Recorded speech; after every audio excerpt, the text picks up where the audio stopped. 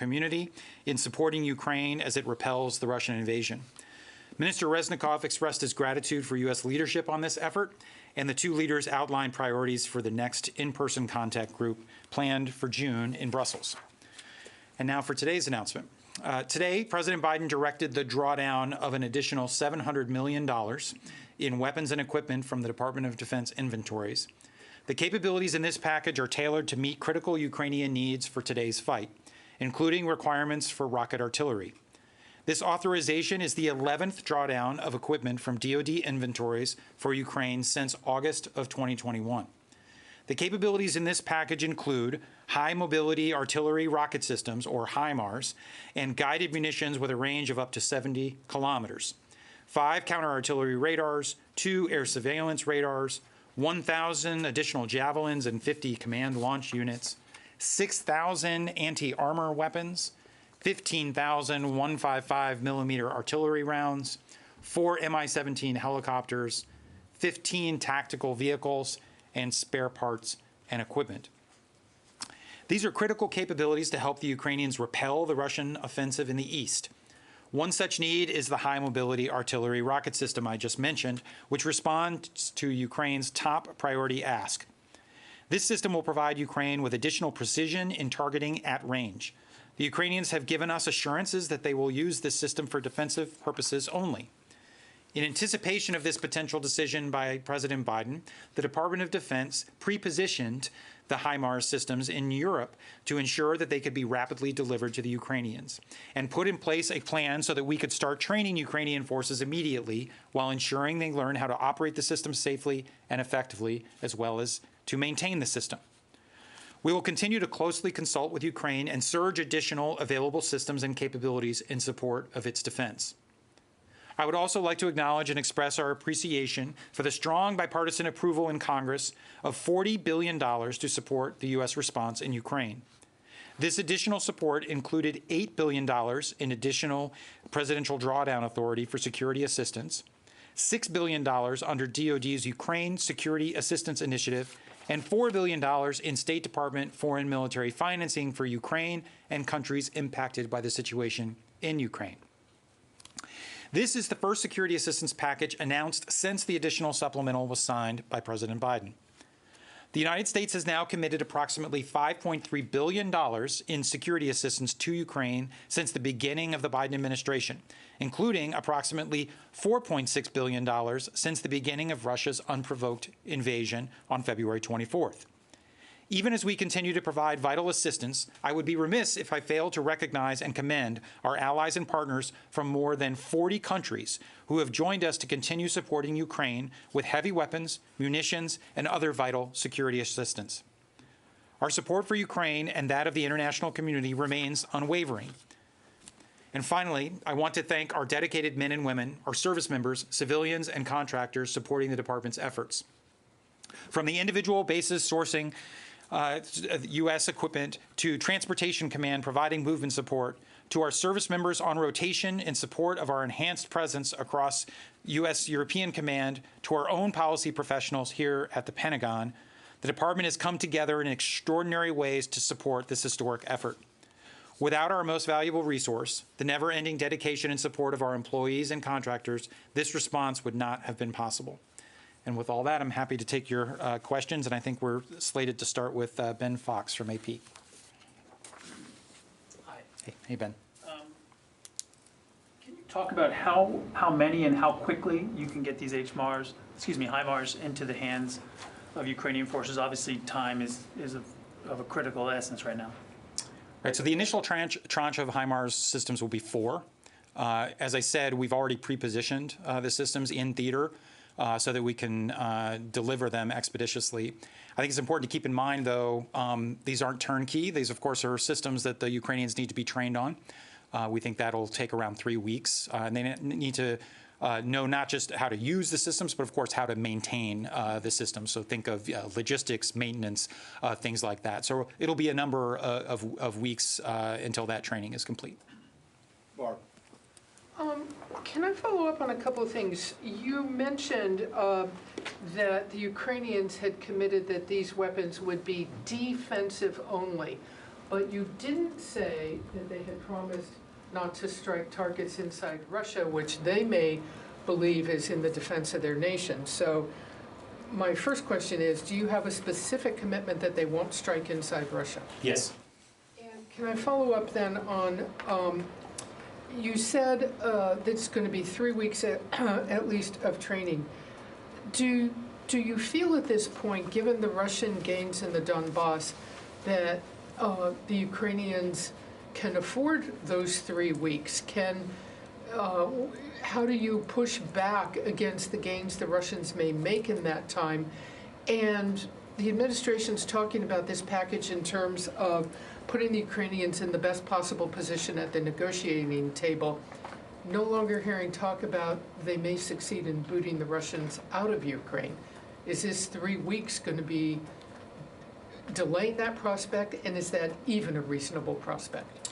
Sure. Well, Barbara, as you know, the battlefield has changed a lot in the last 3 months. So obviously, in the first instance, the Russians tried to take over the entire country. They were defeated in the battle for Kyiv. They've made some progress in the south, and now they're trying to encircle Ukrainian forces in the Donbass. You're right. In the last several days, the Russians have made some incremental progress in and around the Donbass. They have not had a decisive breakthrough, and the Ukrainians are putting up a heck of a fight. And right now, it's a concentrated artillery duel in the east. It's why we put so much emphasis on providing 108 M777 howitzers and a couple 100,000 rounds of ammunition. Most of those howitzers are currently in the fight, and they're helping the Ukrainians a great deal. So I think we're not seeing the Ukrainian defenses buckle. They're hanging on. But it is a grinding fight, and we believe that these additional capabilities will arrive in a time frame that's relevant and allow the Ukrainians to very precisely target the types of things they need for the current fight. Is 3 weeks too late? I don't think so. David Martin. Defensive purposes only. Does that mean they cannot use the HIMARS to go on the offense and expel the Russians from territory they hold? And you said 4 systems. How many rockets for those systems? So Ukraine is defending their territory. Anything they're doing on the territory of Ukraine is defensive in this context. The formal assurance is that they will not use these systems to target Russian territory. So just to clarify on that. Go ahead. Again, anything they do with these weapons on their territory? They are defending, they have the right as a sovereign nation to defend their territory. They didn't start this war, the Russians did. And the Russians are on the offensive.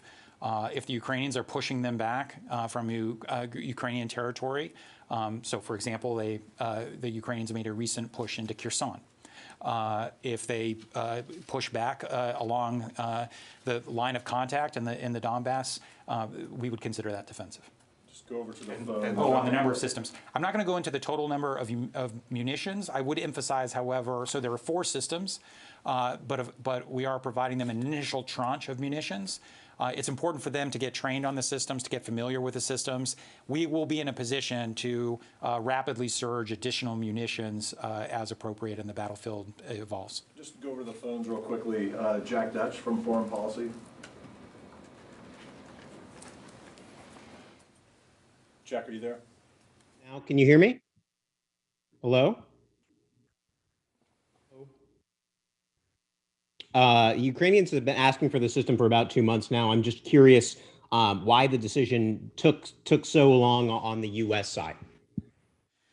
Yeah, well, so the conflict or the current stage of the conflict is about 3 months old, and the nature of that conflict has shifted, and the priorities the Ukrainians have had and what we've thought have been most relevant to enable the Ukrainians to push back has changed over time. So in the initial phase of the conflict, especially as the Ukrainians were trying to repel the invasion in and around Kyiv, the capital city, which was an existential fight for the heart of the country, we were really emphasizing anti-armor systems like the Javelin systems, anti-air systems like Stingers, but also other medium and longer range air defense systems alongside our allies and partners. And that assistance proved decisive in stymieing the Russian attempt to take Kyiv.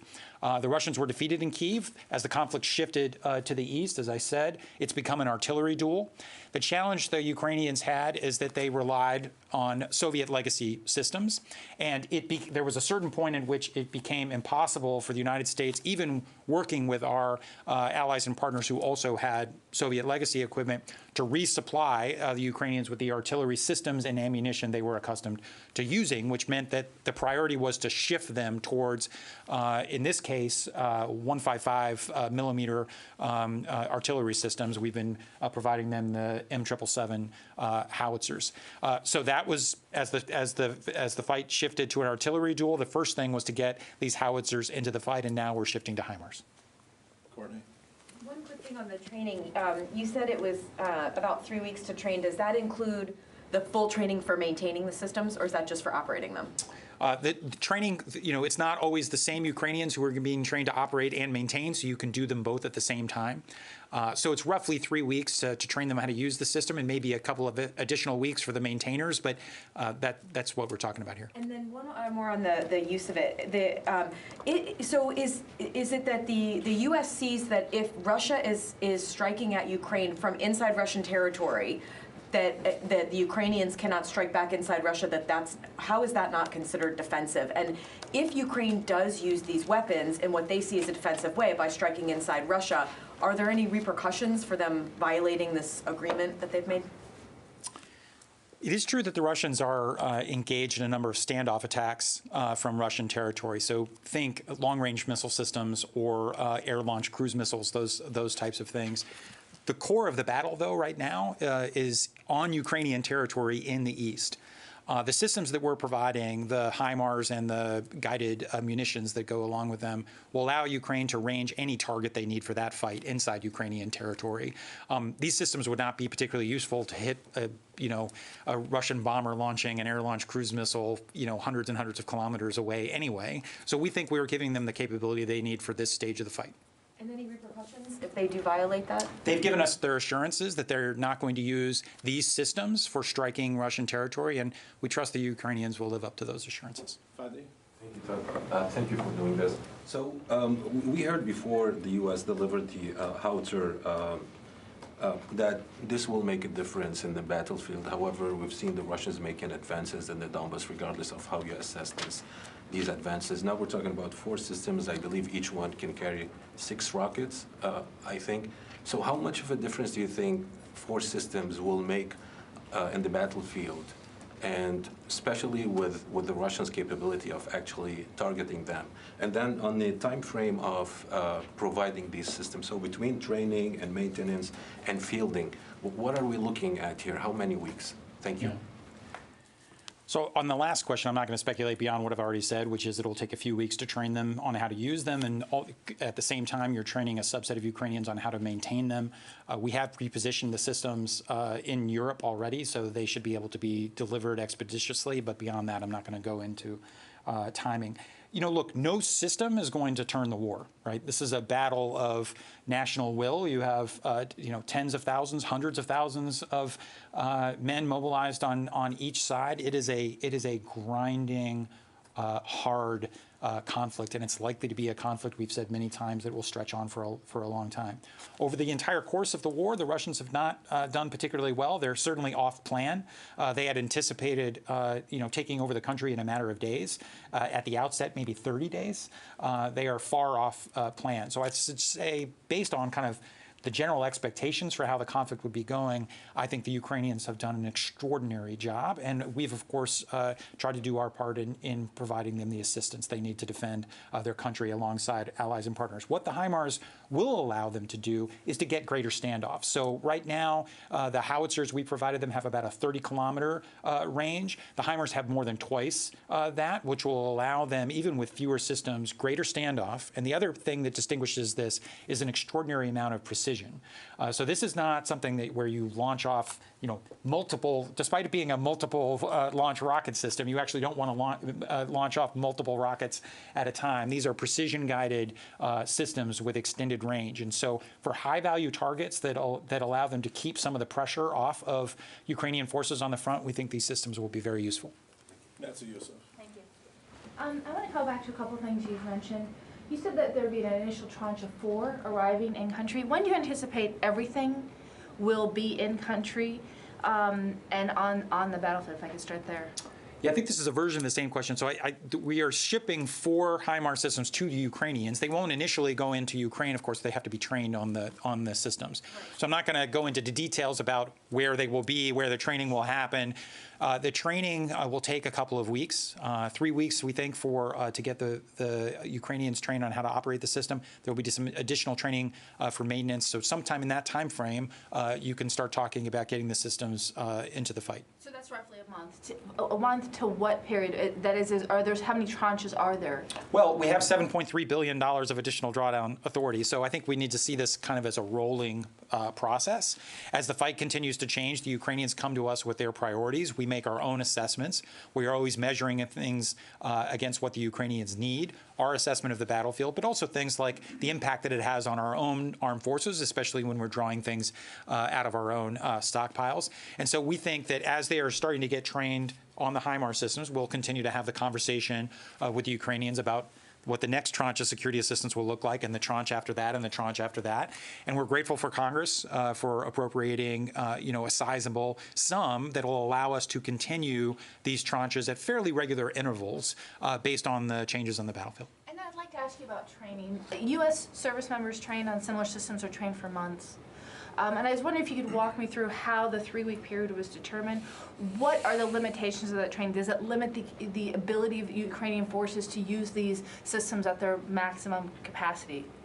Yeah, I mean, I think, first of all, we're going to train them to the standard that is required for them to use these systems. I will say the Ukrainians have proven time and time again to be extraordinarily ingenious and quick learners. And so I think we've been able to speed things up in the training cycle based on how quickly the Ukrainians have learned systems and been able to integrate them into their activities. And so a special training course was put together specifically for these systems and the Ukrainians that would be trained. And our current assessment is that it's in the three-week-ish range. And it's not taking away anything from them? I mean, only time will tell, but I don't think so. I'm just going to go back to the phones.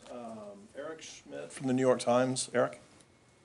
Yeah, 2 questions. Two-part question. One is just at what level were these assurances given by the Ukrainian government? Did these go all the way up to President Zelensky speaking to President Biden? And more broadly, can you give us a sense of how you now are calibrating sending these kind of advanced weapons into Ukraine without the fear of provoking Russia, as has been a constant concern throughout? So the assurances have been given at multiple levels of the Ukrainian government.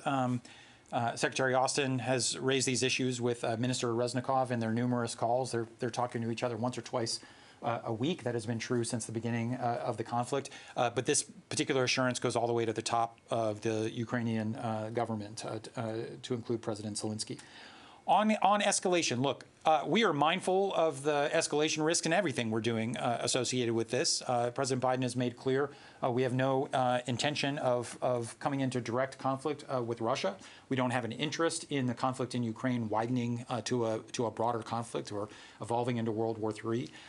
So we've been mindful of that. But at the same time, Russia doesn't get a veto over what we send to the Ukrainians. The Ukrainians didn't start this war, the Russians did. The Ukrainians didn't provoke this war. This war was unprovoked.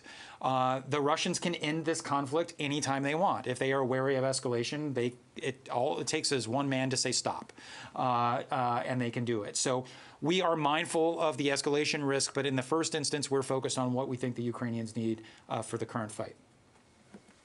Thanks, Eric. We've got time for just 2 more. Tara? Hi, Tara Kahl, that's one. I want to get back to the escalation question. You know, with each of these tranches, each of these drawdowns, we've seen more advanced weapon systems being given to Ukraine. At what point does it become too advanced and you kind of risk running that escalation where you might provoke Russia? And then secondly, specifically on the HIMARS, you said the first 4 are going to Ukraine. How many systems do you envision sending to Ukraine? What are the limitations there?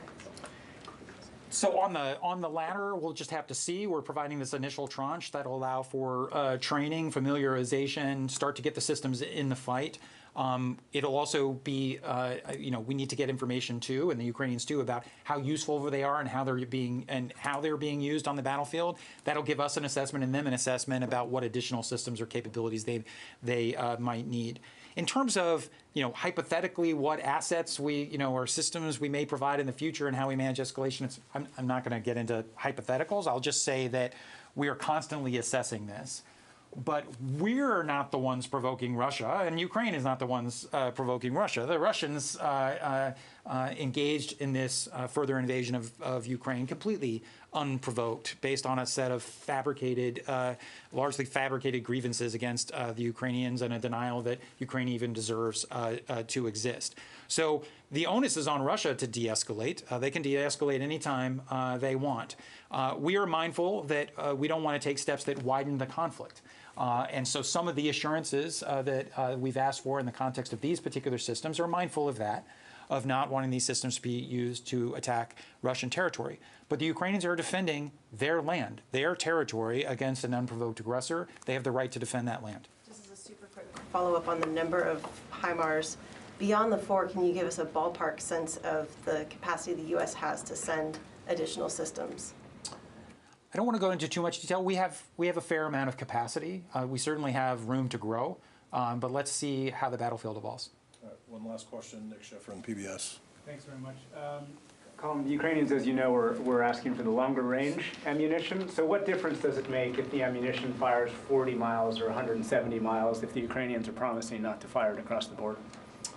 Yeah, I mean, we had back and forth with them, Nick, on this, and as we looked at the targets that they were looking to be able to go after on Ukrainian territory, and also have some additional standoff, we thought that the HIMARS with the Gimler's rounds, these guided long-range rounds with about a 70-kilometer range, could service any target that they needed precisely.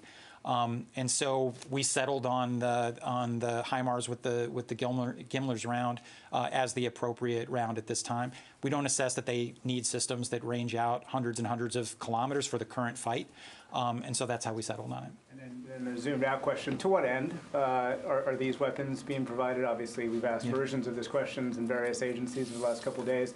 But if you don't think that HIMARS in particular are some magic weapon that can suddenly evict Russia from occupied Kherson or change the battlefield, what is the vision from this building on how these increasingly modern weapons can help Ukraine, either on the battlefield or whether a diplomatic venue starts? What is that vision? Well, first of all, I think the president was pretty articulate about that today in today's New York Times op-ed. So I'd encourage you all, even if you're from a rival media institution, to read the New York Times op-ed today. I'll just say this: in the first instance, the Ukrainians will decide what success looks like, but we all have a vested interest. The entire free world has a vested interest in ensuring that Ukraine survives as a sovereign, territorial, democratic country. This is an assault on Ukraine, but it's also an assault on the rules-based international order. It's important that a sovereign, independent, democratic Ukraine endures. It's important that Russia pays a cost in excess to the benefits that they perceive from this act of aggression, not just because aggression should be punished, but because we don't want Vladimir Putin to do this again. And we don't want other would-be aggressors to draw the lesson that aggression won't be met with significant costs. Now, the military component of that is part of it. It is obviously a very important part in enabling Ukraine to defend its sovereign territory and to maintain its independence. But it's not the only thing that we're doing. There's obviously a massive diplomatic effort to isolate Russia diplomatically, to impose crippling economic sanctions, to put in place technology export controls, which will make very difficult for Russia to rebuild the military it is rapidly attriting in this conflict. So we are imposing significant costs on Russia, not because we have animus towards Russia or the Russian people, but because this was an act of unprovoked aggression, and there has to be a cost for that. But in terms of the final end state, we'll see. The Ukrainians are going to determine what success looks like, and it's our job to enable them to do well on the battlefield and to position themselves well at the negotiating table. Thanks, everyone. If you have follow-up questions or you didn't get your question answered, the press team is available to take your questions. Thanks for coming.